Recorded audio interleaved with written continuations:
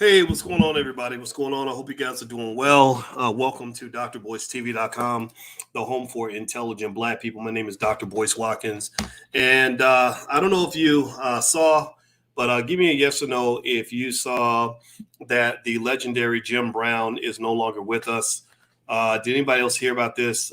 This was something I just found out today from Jeff Lightsey Jr., who is an extraordinarily good sports commentator. He focuses a lot on HBCUs. He's one of the best out here in the game. And Jeff reported on Jim Brown's passing, which I just felt compelled to talk about it because Jim Brown, I mean, just talk about a bad, bad man. Jim Brown was one of the great ones. He wasn't just a legend as an athlete. He was a legend as a Black man, as a human being. And I had a special relationship in my head with Jim Brown. I never met him, but my relationship in my head was built on the fact that I was at Syracuse University for 13 years on the faculty. And I remember when I was at Syracuse, they really didn't acknowledge Jim the way I think they should have. I think that a lot of these racist institutions, they'll use a Jim Brown. They'll borrow from his talent, but they won't necessarily acknowledge him the way he should be acknowledged. And I just think that that's a damn crime. It's a damn shame. And everybody type Jim Brown in the chat so we can bring him in here as we do kind of a digital eulogy for him. I want to celebrate his life for a minute. So everybody type Jim Brown in the chat. Jim Brown is he's a legend. He's one of the great ones. Jim Brown was he's a man among men. I mean, this guy was just he made you proud. He really made you proud. We have a society that doesn't want Black men like Jim to even be born. Like if they knew a Jim Brown was going to be born in the hood, they would ask their mother to go to visit Planned Parenthood. That's how dangerous men like Jim Brown are, because Jim Brown wasn't just physically strong. Jim Brown was also psychologically strong. Jim was not the kind of guy who got along to get along. He wasn't scared to tell racist white folks to kiss his entire Black ass. I'm talking about in the 1960s where you get killed for that stuff. Jim Brown just stood up, man, and that was always my impression of him. I just feel like he was just that guy that just really didn't just succeed as an athlete. He also was a guy who really cared about being Black and stood up for his rights. In fact, I remember when they threatened him. He was in his late 20s and he'd already broken all these records, as a football player in the NFL. And when he did that, I remember he wanted to be in a movie, and they told him, if you don't, get back to training camp, you're going to lose your position on the team. And Jim could just quit. He said, F you, I quit. And he walked away. And it's crazy because Jim Brown had records. In case y'all don't know, Jim had records that weren't broken for decades. I mean, he set records. He set like the rushing record for the most yards in the NFL. And that record stood for years, but he only played till he was, I think, like 28, 29 years old or 30 at the latest. He wasn't one of those guys that played until he couldn't play no more. He could have kept playing. He just chose to do something else. Now, give me a yes if you're able to hear me, okay? Let me know if you can hear me all right. My name is Dr. Boyce Watkins, and today we're talking about the passing of the legendary, the one and only Jim Brown. Jim died at 87. I'm going to tell you another thing. As you hit the thumbs up button, I'm just sharing thoughts here. I think it's really just magically, almost beautifully ironic that Jim dies on the same day Malcolm X was born. How about that? How about that for some numerology, spirituality type stuff? Two of the greatest Black men in the history of this earth, lived and died on the same day. I think that that's phenomenal. And somebody says it's breaking up a little bit. Feel free to hit the link in the bio and you can join us on YouTube. I don't know why it's not coming through the way it should. But anyway, I think that's really fascinating too. I think that the fact that he dies on Malcolm's birthday, I mean, death is never a pleasant thing. Death is always hard. But he lived a long life. He lived to be 87. And, and the fact that he died on Malcolm's birthday, I think is just poetically beautiful, because they both remind me of each other, So there he is back in the day, looking sharp and strong and handsome and everything else. There he is on the football field. And what I want to do with Jim is I want to read some of his eulogy a little bit so we can kind of, or not his eulogy. I'm just going to read right off his Wikipedia page. So I hope that's cool. I hope that's okay. And if you could also do this, please hit the thumbs up button, thumbs up, share, subscribe. My name is Dr. Boyce Watkins, and I'm here in Dallas this weekend for the Black Wealth Summit. So if you have an interest in generational wealth, learning mastermind, and it's a business mastermind, it's a wealth mastermind for intelligent Black people all over the world. So if you'd like to come down, you can go to boycewatkins.com and get more information. Also tonight, if you can't make it to Dallas, tonight digitally, Julian Gordon in the Black Business School, he's the Dean of Real Estate. He's doing an event at 8 o'clock on how to get started in multifamily investing. Julian is the only person I know, celebrity or otherwise, who was able to help Black people acquire almost $250 million in real estate. No politician can say that. No celebrity can say that. These are the Black people really doing the work. So let me hop in. Let me show you some pictures. Here's a picture of Jim with Muhammad Ali. And I'm going to read a little bit off of his Wikipedia page. And so we can kind of just, talk about his life a little bit. So Jim, his name is James Nathaniel Brown. A lot of y'all probably didn't know his name. His middle name was Nathaniel. So he was James M. Brown. So James Brown, right?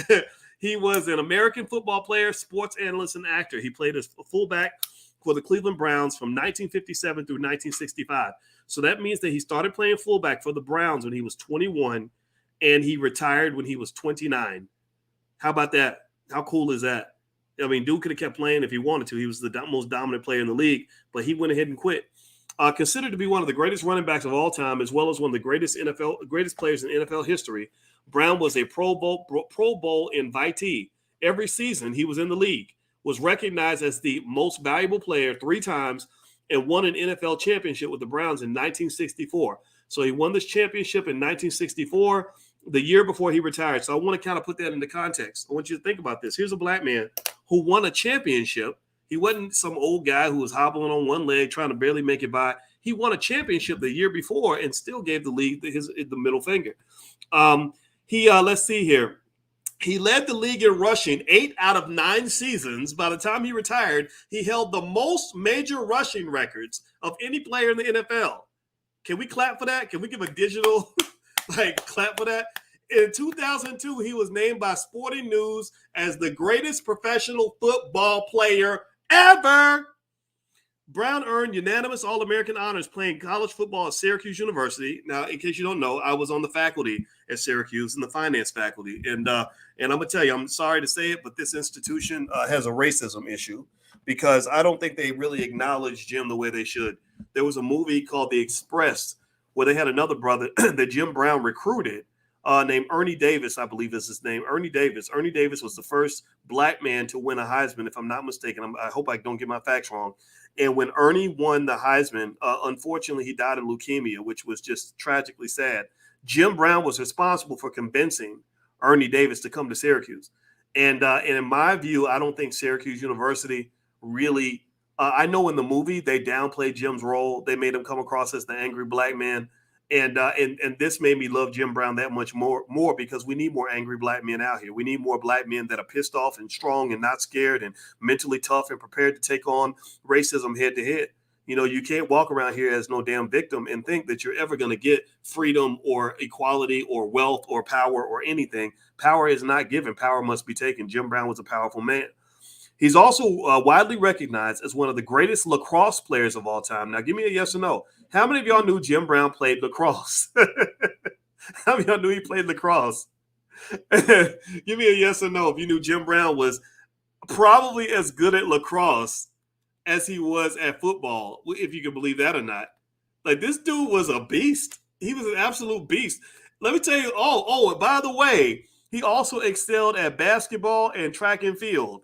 He dominated all those sports. All those sports. Ain't nobody out here like that. Tell me another player that you know of who dominates football, basketball, track, and lacrosse. He was so good at lacrosse. In lacrosse back in the day, you could just take the little ball. It's mostly white boys play, to be honest with you. I know there's Black lacrosse players. I just never seen them.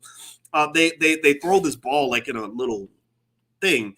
And in lacrosse, you can take the ball and you're trying to get it down the field, so you can just cover it up and run with it. And they just have to hit you to try to get the ball out of your away from you. Jim Brown would do that, and they couldn't get the ball from him. So they changed the rules. You know how they do when we start winning. They change the rules. So literally, it's a basket. Thank you, Linda. Thank you for helping me with my ignorance. I admit I'm a lacrosse idiot. I'm a complete moron when it comes to lacrosse. But anyway, they would try to get it away from him. They couldn't get it away from him. So, they literally changed the rules.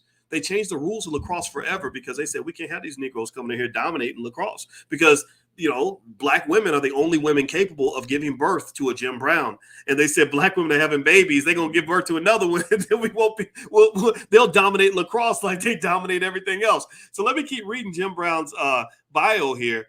They said in his professional career, Brown carried the ball 2,359 times for 12,312 yards. Which were all records, and 106 touchdowns, which are all records when he retired. He averaged 104.3 rushing yards per game and is the only NFL player in history to average over 100 yards per game for his whole career. His 5.2 yards per rush is the third best among running backs behind Marion Motley and Jamal Charles. I know Jamal Charles, but not Marion Motley. Brown was enshrined in the Pro Football Hall of Fame in 1971, yada, yada, yada. Okay, so now we talked about football. Let's talk about where he comes from. He was born on St. Simons Island, Georgia, to Swinton Brown, a professional boxer. Okay, that makes sense. His daddy was a big, strong man, apparently. And his wife, Teresa, who was a homemaker. So she some people say homemakers don't have a real job. I think that's a bunch of crap. I think there's no job more important on this earth than being a mother because she gave birth to this amazing man and she nurtured him and raised him in a way that led him to not just be extremely athletically capable, but also he's very intelligent and he also cared about his community. See, that's the trifecta. Right. He was a great athlete, but he was also a smart, great athlete. And he was an athlete that was smart and great and cared about his community. So there you go. That makes him a winner. So let's see. They said Brown credits. Listen to this. This is where he comes from. This is I want you to think about this if you're a parent. He says Brown credits his self-reliance to having grown up on St. Simons Island, a community off the coast of Georgia, where he was raised by his grandmother and where racism did not affect him directly. Okay, so he didn't grow up around a lot of racism. So he actually came in as an uppity Negro. And I say that in a respectful way. He came in as the black man who didn't know his place. He came in saying, like, why in the hell are you expecting me to sit at the back of the bus? I'm not sitting at the back of the damn bus. At the age of 8, he moved to Manhasset, New York, on Long Island, where his mother worked as a domestic. It was at Manhasset High School that he became a football star and athletic legend. Brown averaged a then Long Island record 38 points per game for the basketball team. Come on, man. Come on, stop it, Jim. Stop it. You just hurting him right now, but brother. We just finished talking about how Jim dominated in football. We talked about how he dominated in lacrosse. We briefly mentioned track and field, which I can tell you he probably dominated that too, because track and field is about sprinting. You can't tell me Jim Brown wasn't an excellent sprinter. He could outrun you or he could run you over. That's a crazy combination in football, like Bo Jackson level status. So he was the Bo Jackson who also happened to average 38 points a game on the high school basketball team. Come on now. Come on. You can this is why this guy just gets me pumped up. He was dominant. He was a great black man. So anyway, let me keep reading about Jim. All right. So he averaged 38 points a game for the basketball team. The record was later broken by a Boston Red Sox star. So I guess it's a baseball player who was good at basketball too. As a sophomore at Syracuse University, second year in college, he was the second leading rusher on the team. As a junior, he rushed for 5.2 yards a carry. In his senior year in 1956, he was consensus first-team All-American. He finished 5th in the Heisman Trophy voting and set school records for the highest season rush average, 6.2 yards a carry, and most rushing touchdowns in a single game, 6. In the Cotton Bowl, he rushed for 132 yards, scored 3 touchdowns, and kicked 3 extra points. So he even kicked the extra points. But let's see here. Perhaps the most impressive was his success as a multi-sport athlete. In addition to his football accomplishments, he excelled at basketball, track, and especially lacrosse. As a sophomore, he was the second leading scorer for the basketball team at Syracuse. They didn't say basketball, and earned a letter on the track team. In 1955, he finished 5th in the national championship decathlon. So that's another sport. This is great. I love this. You ever take time to read somebody's bio? This is some cool stuff. His senior year, he was named first-team All-American in lacrosse. He was so dominant in the game Listen, this is where they changed the rules for black people. He was in lacrosse. He was so dominant that the lacrosse rules were changed, requiring a lacrosse player to keep their stick in constant motion when carrying the ball instead of holding it close to the body. There is currently no rule in lacrosse that requires a player to keep his stick in motion. He's in the Lacrosse Hall of Fame and has an 800 square foot tapestry. The JMA Wireless Dome has an 800 square foot tapestry depicting Brown in football and lacrosse uniforms with the words "Greatest Player Ever." So Jim Brown is known, at least in many circles, as not just the greatest football player ever. He's the greatest lacrosse player ever. The greatest lacrosse player ever. Didn't even go pro in lacrosse. Let's keep going. In college, he served in the Army Reserves. After graduating, he was commissioned as a second lieutenant. During his time in the NFL, Brown continued his military commitment. As a member of the U.S. Army Reserve, he served 4 years and was discharged as a captain. Brown was taken in the first round in the 1957 draft, 6th overall. In 1958, he broke the single-season rushing record with 1,527 yards in the 12-game season, shattering the previous NFL mark of 1,146 yards. After 9 years in the NFL, he departed as the league's record holder for both single-season and career rushing yards, as well as the all-time leader in rushing touchdowns, total touchdowns, all-purpose yards. He was the first player to reach the 100 touchdown milestone. Let's see here. His record of scoring 100 touchdowns in only 93 games stood until LaDainian Tomlinson did it in 89 games during the 2006 season.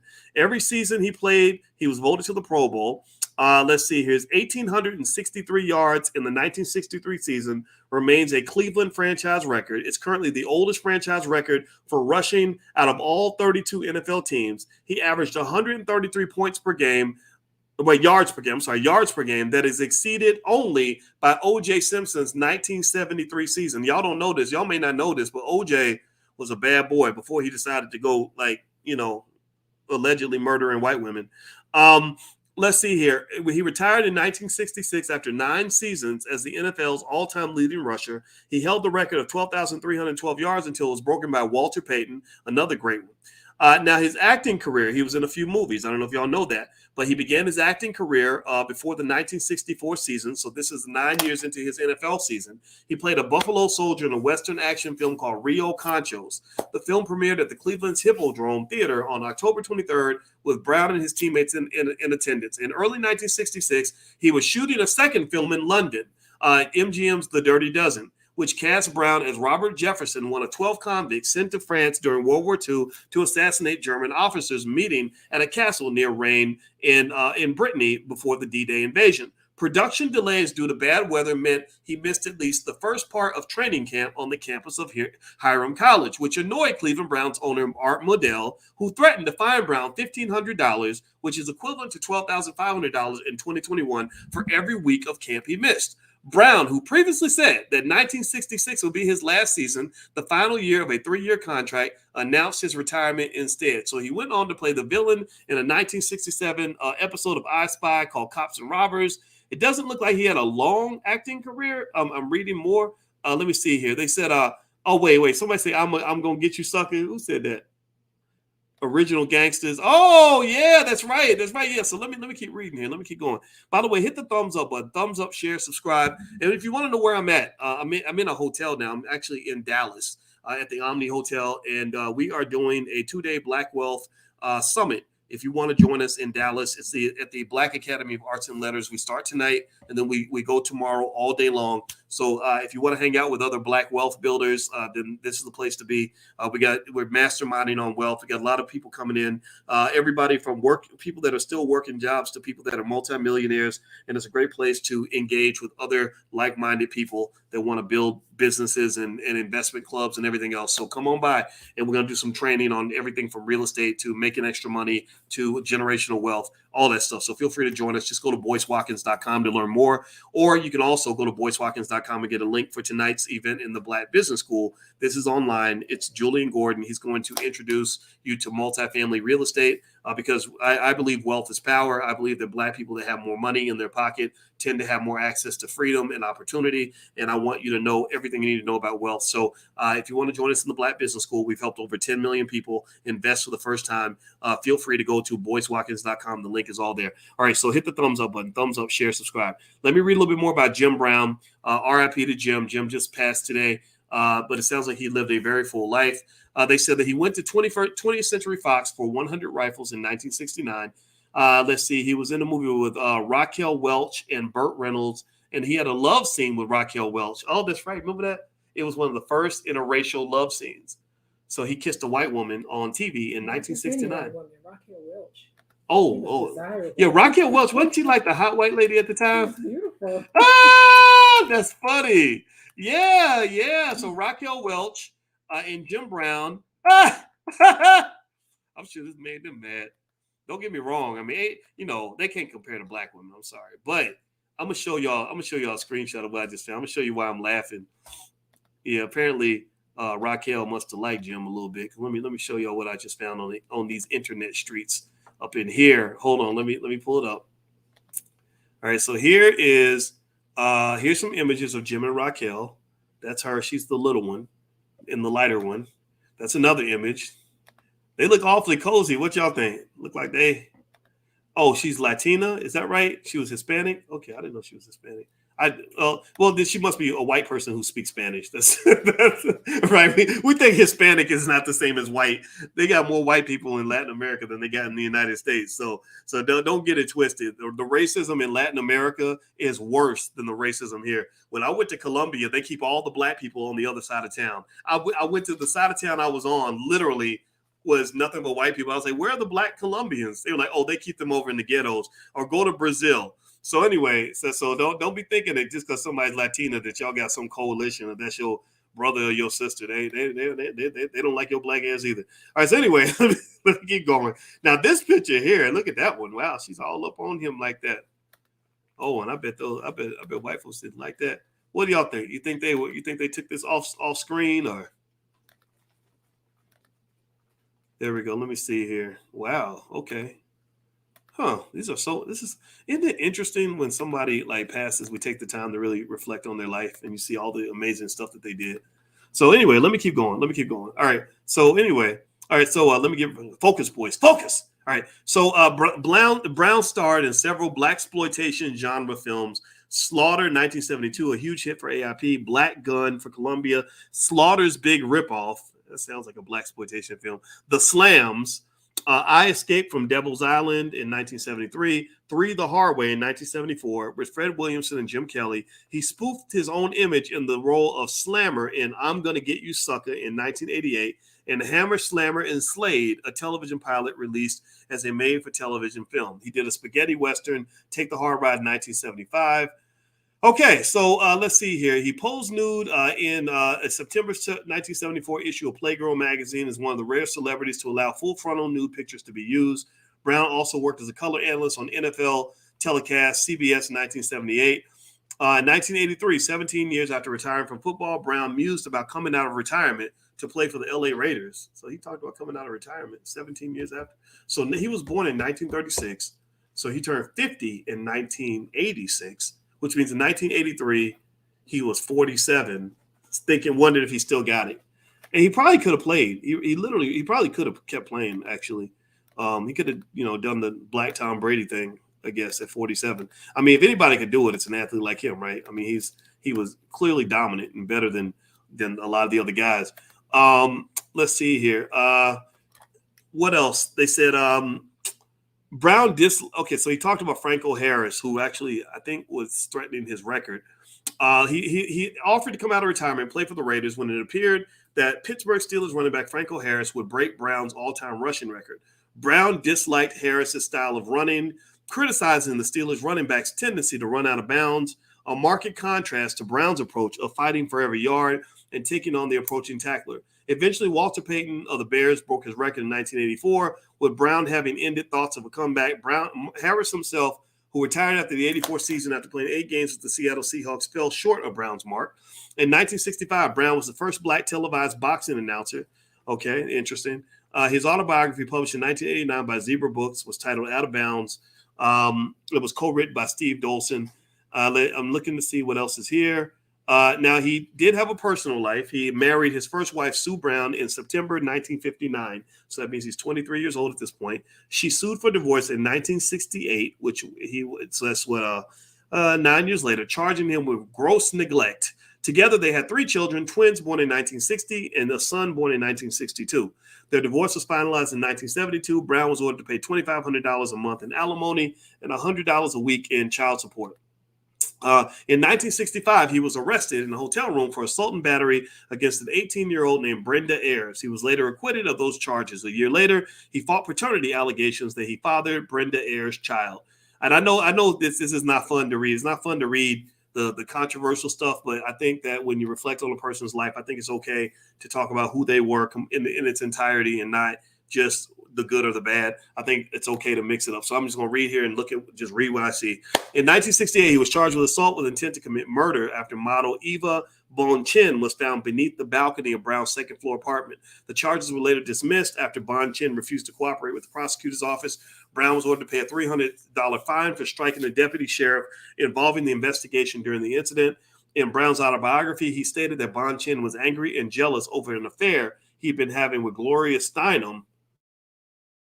Gloria Steinem, the famous feminist. What was that? Brown was having an affair allegedly with Gloria Steinem. You know, his personal life, I think, was a little bit chaotic and probably not something to be very proud of. Yeah, he had some stuff. I think that's. Yeah, he was in the middle of some shit, it looks like. Yeah. In 1970, Brown was found not guilty of assault and battery, the charges stemming from a road rage incident that occurred in 1969. So let's see, by this time he is, 34 years old, right? So he's still a young guy. 1960, he turned 30 in 1966. In 1973, where he's 37, he proposed marriage to 18-year-old Diane Stanley, a Clark student that he met in Acapulco, Mexico. They broke off their engagement in 1974. In 1975, he was convicted of misdemeanor battery for beating and choking his golf partner, Frank Snow. Okay, wow. Ooh. Oh, dang. Well, you know what? I don't know how y'all feel about it. How do you feel about if there was an allegation and the charges are dismissed? You know, am I being a hater when I read it and bring it up? Or is it just a matter of record? Just something, I don't know. I would just at the very least hope that if whatever we see or we read, we understand human beings are complex and people make mistakes. And in my view, I admire Jim Brown immensely. At the same time, I can understand that it seems like he might have hurt some people or some things might have happened that were very unfortunate. And I think you have to acknowledge that. So I'm going to go ahead and say this. In my view, based on what I've been reading, Jim Brown, he wasn't always a good man. It sounds like he may not have always been a good man. But you cannot say Jim Brown was not a great man. You know, see, there's a difference between being a good man and a great man. And Jim Brown was certainly, without question, a great man. Was he always a good man? Well, it sounds like it depends on who you ask, you know. And I will say this about this great man. So I'm not going to say good man anymore. I'm going to say great man because I'm still trying to process all this. We're going to miss him. I know that despite the fact that he might have been accused of doing some things that were less than stellar, he also did some stellar things. I remember reading about him trying to work and help Richard Pryor overcome his drug addiction, and Richard started avoiding him because sometimes weak men get very uncomfortable around strong men. And Jim was definitely a strong man. He was a great man. He was a smart man. He was a conscious man. But it sounds like he might have been a man that might have made some mistakes. But, you know, I guess that's life. So how are we going to judge that? So anyway, I'm going to head on out, guys. RIP to Mr. Brown.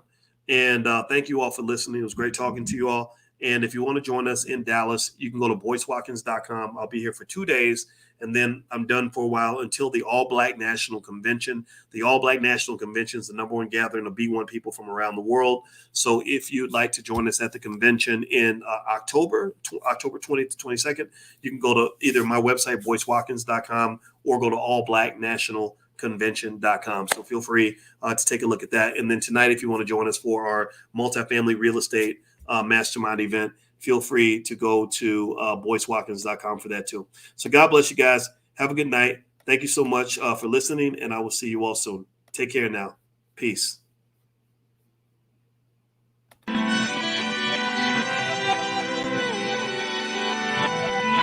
Here we are, clan the isms, cataclysm, great. Our people out here struggling, trying to make it in this state. Everybody out here doing it, but we the ones who late. Now family, we the ones who gotta delegate. Get that money in the power, never be fake. Stick to co-sign for 3. What did he say? Create jobs, support our own. Educate the same and buy back your home. Got 3 degrees, 10, 3 PhDs, now we on the CNN. DBTV, let's talk about negligence. Ignorance is bliss, but we can turn it to intelligence. Believe none of what you hear, half of what you see. Let's break it down here on Dr. Boyce TV.